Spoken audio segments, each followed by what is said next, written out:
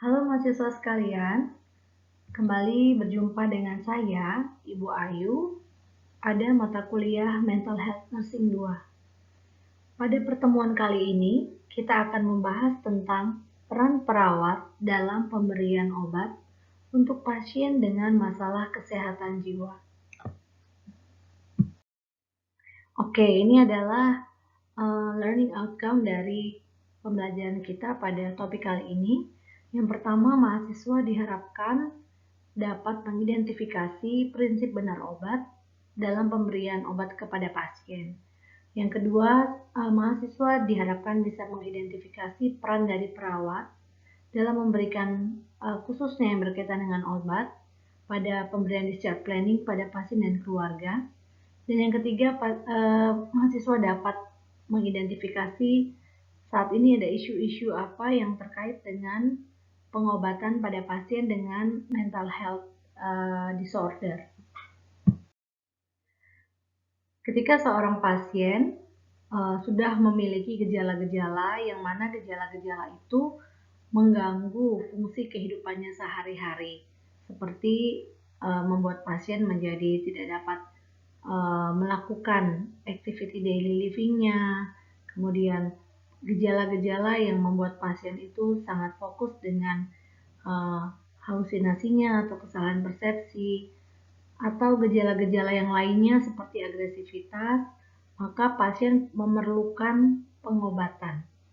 Pengobatan ini didapatkan dari mana? Tentunya diresepkan dari psikiater atau dokter spesialis kesehatan jiwa.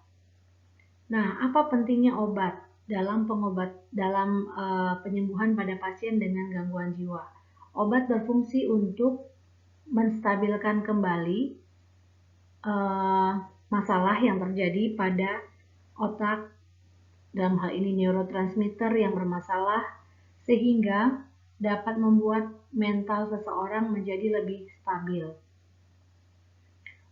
Nah, namun masalahnya yang terjadi di Indonesia secara khusus, banyak pasien mengalami kekambuhan karena tidak patuh minum obat, atau disebut juga dengan putus obat.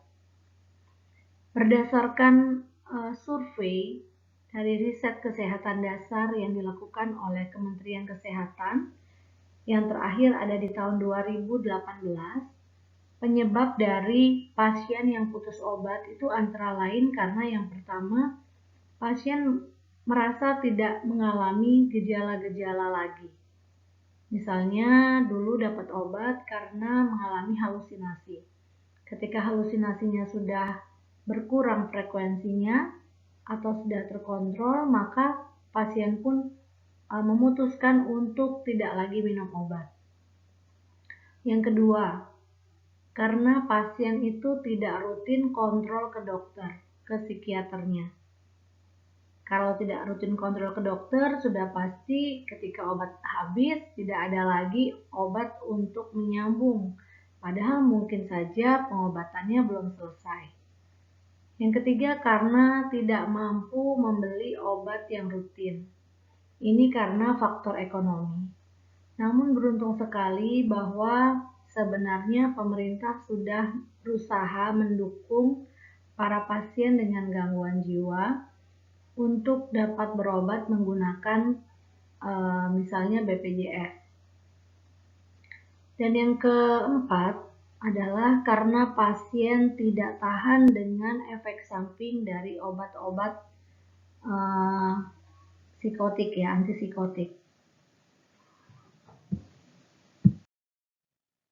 Kemudian apa saja peran dari perawat dalam pemberian obat kepada pasien? Kita dapat melihat perawat dalam konteks di rumah sakit atau setelah pasien rawat inap. Ketika di rumah sakit, maka sudah pasti peran perawat adalah memberikan obat sesuai dengan dosis yang disarankan oleh psikiater kepada pasien, sesuai dengan waktunya, sesuai dengan rutenya yang nanti akan kita pelajari dalam konsep benar obat.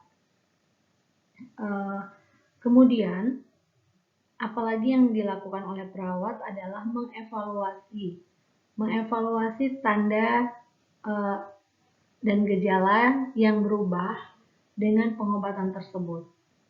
Apabila setelah jangka waktu tertentu pasien mengalami pengobatan, kemudian tanda dan gejalanya berkurang, tentu saja perawat perlu melaporkan kepada psikiater apakah dengan perbandingan atau dengan evaluasi gejala yang berkurang ini pasien masih tetap mendapatkan dosis tersebut atau ada mungkin pertimbangan untuk mengurangi dosis atau mengganti obat yang diresepkan.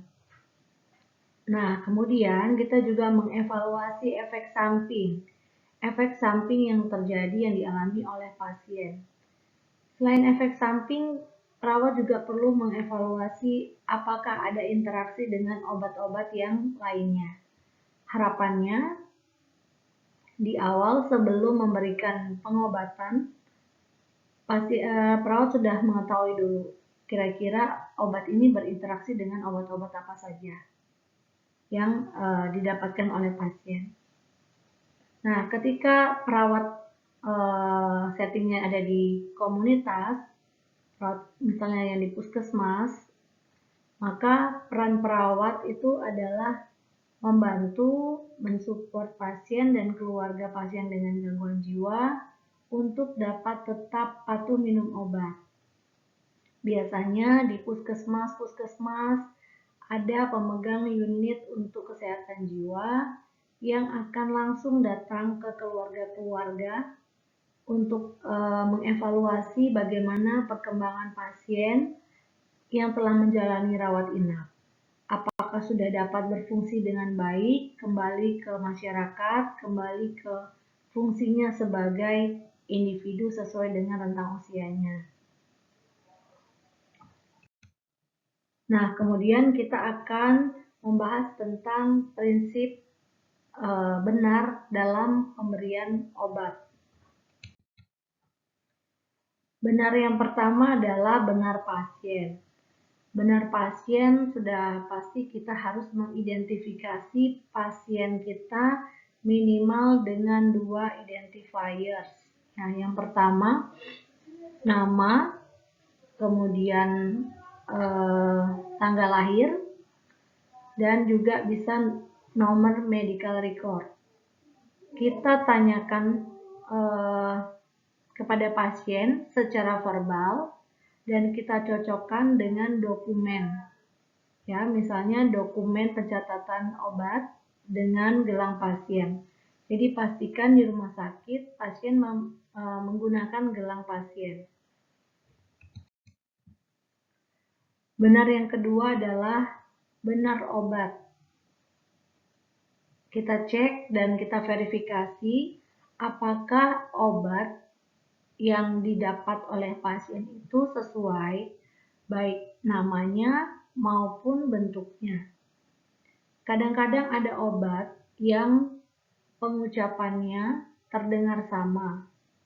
Nah, ini kita betul-betul hati-hati dan konfirmasi mungkin beberapa kali dengan rekan sejawat ataupun dengan dokter ketika diresepkan obat tersebut. Apalagi kalau menerima informasi melalui telepon. Jangan sampai salah obat karena ada look alike and sound alike medication names. Jadi kita tidak bisa menanyakan obat itu hanya berdasarkan warnanya saja, karena obat yang warnanya merah itu banyak, bentuknya sama, tapi ternyata itu obat yang berbeda. Kemudian yang ketiga adalah benar dosis. Kita periksa kembali pada daftar obat pasien, kemudian kita cek, make sure juga ke catatan dokter ketika meresepkan obat pada pasien. Kalau di format pencatatan medication pasien itu tidak sama dengan order dokter atau tidak sama dengan sediaan obat yang ada di kotak obat pasien, maka kita perlu cek dan recheck beberapa kali. Kemudian benar dosis ini juga kita perlu mengetahui bagaimana perhitungan atau unit-unit sediaan obat. Misalnya diminta adalah obat 2 kali 10 mg. Berarti 2 kali sehari setiap pemberian obat 10 mg. Tapi yang ada, sediaan yang ada itu sediaan 5 mg. Berarti setiap kali pemberian obat yang dihitung adalah 10 mg dibagi 5 mg. Berarti memerlukan 2 tablet setiap kali minum. Ini perlu sangat hati-hati. Jadi jangan memberikan obat hanya rutinitas saja, karena biasanya shift pagi diberikan 2, maka shift siang 2, tapi selalu cek dan recheck dengan order dari dokter seperti apa, sediaannya seperti apa. Tidak ada salahnya untuk mengecek lagi peresepan awal itu berapa dosisnya. Benar yang berikutnya adalah benar rute. Rutenya ini apakah rute oral, apakah dia IV, apakah dia subkutan, ataukah dia intramuskuler. Biasanya pada pasien-pasien dengan gangguan jiwa yang sudah stabil, ataupun pasien yang sudah pulang dari rawat inap, mereka akan mendapatkan obat-obat oral. Nah, kemudian kalau pasien-pasien yang masih dalam kondisi akut, biasanya mereka mendapatkan obat-obat yang disuntikan ya, atau yang intramuskuler atau intravena contohnya. Oke, benar yang berikutnya adalah benar waktu pemberian. Kita lihat apakah dosisnya itu diberikan dalam berapa kali sehari, ya. Pagi, siang, sore itu kalau 3 kali sehari, ataukah 2 kali sehari sehingga pemberiannya itu per 12 jam atau pagi dan sore saja, ataukah hanya di pagi hari ataukah hanya di malam hari. Apakah obat tersebut diberikan setelah makan atau sebelum makan. Jadi kita perlu betul-betul lihat kapan waktu yang diperuntukkan untuk pemberian obat tersebut. Benar selanjutnya adalah benar alasan atau right reason. Kita cek kembali mengapa pasien ini mendapatkan obat tertentu. Kita cek riwayat kesehatannya. Misalnya ini obat haloperidol untuk antipsikotik untuk pasien dengan gejala-gejala halusinasi, dengan gejala-gejala manik ya, atau gejala-gejala yang agresif. Kita cek lagi apakah betul saat pemberian obat tersebut ada gejala tersebut. Kita balik lagi ke belakang ke catatan medis, apakah saat pasien masuk ada gejala-gejala tersebut. Atau mungkin riwayat selama di rumah, ataukah itu memang obat rutin yang digunakan oleh pasien ya sebelum masuk rumah sakit. Nah, alasan ini sangat penting karena apabila sudah tidak terdapat gejala, kita perlu evaluasi, kita perlu laporkan kepada dokter. Apakah pasien tetap mendapatkan obat tersebut, misalnya untuk maintenance, ya, maintaining kondisi sampai benar-benar stabil. Atau ada juga obat-obat tertentu yang ternyata memberikan efek samping yang mengganggu sekali. Contohnya membuat kekakuan pada otot atau kesulitan berjalan. Nah, kita perlu laporkan juga kepada dokter, mungkin apakah ada obat pengganti dengan indikasi yang sama, dengan efek samping yang lebih ringan, seperti itu. Benar yang ketujuh adalah benar dokumentasi. Benar dokumentasi tentunya dokumentasi yang dilakukan oleh perawat. Setelah kita memberikan obat kepada pasien, kita catat. Jangan lupa kita berikan paraf kita atau nama kita sehingga orang lain dapat melacak apabila suatu saat diperlukan. Ya. Kemudian Side effect atau efek samping juga perlu kita catat. Biasanya untuk pemberian obat itu kan ada tabel-tabel kecil ya yang perlu dikasih paraf apabila obat tersebut sudah berhasil diminum oleh pasien. Nah, untuk efek samping bisa kita tuliskan di catatan keperawatan. Kemudian juga hati-hati dalam memberikan obat kepada pasien dengan gangguan jiwa. Kadang-kadang karena efek samping yang terlalu berlebihan, pasien itu menjadi menghindari minum obat. Nah, menghindari minum obat ini akhirnya kadang-kadang sampai di rumah sakit, ya. Jadi pasien diberikan obat tetapi digenggam dan kemudian dibuang. Pastikan kita betul-betul melihat pasien mengkonsumsi obat tersebut sampai dengan ditelan, barulah kita menuliskan paraf atau tanda bahwa memang obat tersebut sudah dikonsumsi oleh pasien sesuai dengan dosis dan waktunya.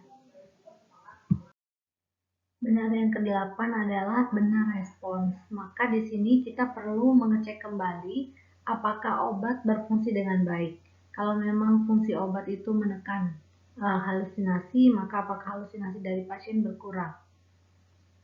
Apakah obat tersebut direview secara reguler? Jadi misalnya per 3 hari atau per 5 hari dilihat bagaimana dampaknya dalam menurunkan tanda dan gejala yang dimiliki oleh pasien. Atau malah kita lihat apakah ada efek samping atau yang memperburuk kondisi pasien. Kita memerlukan observasi yang terus-menerus dalam hal ini.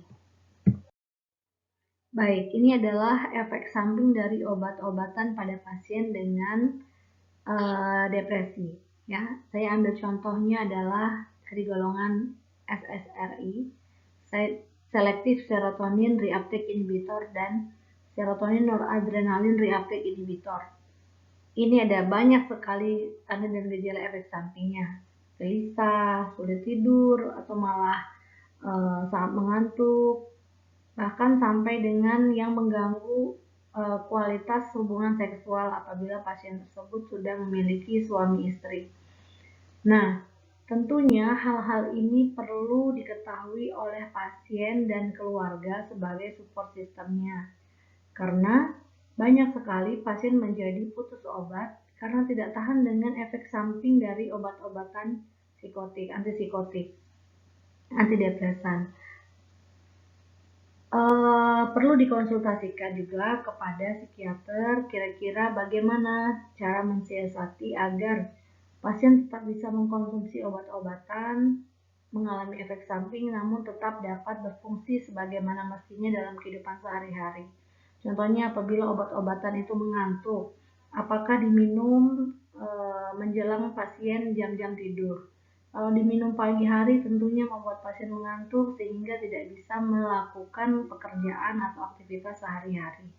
Nah, ini yang perlu dilihat oleh perawat, dievaluasi bagaimana pelaksanaannya, pengobatannya, dan bagaimana adaptasi pasien terhadap efek samping dari obat-obat tersebut. Ini adalah referensi yang saya gunakan. Demikian pembelajaran hari ini. Terima kasih sudah konsentrasi dalam belajar. Apabila ada pertanyaan, bisa kalian tuliskan di kolom diskusi di Learning Management System kita. Bisa juga ditanyakan secara langsung ketika kita bertemu saat pertemuan onsite di kelas. Sampai jumpa. Tuhan memberkati.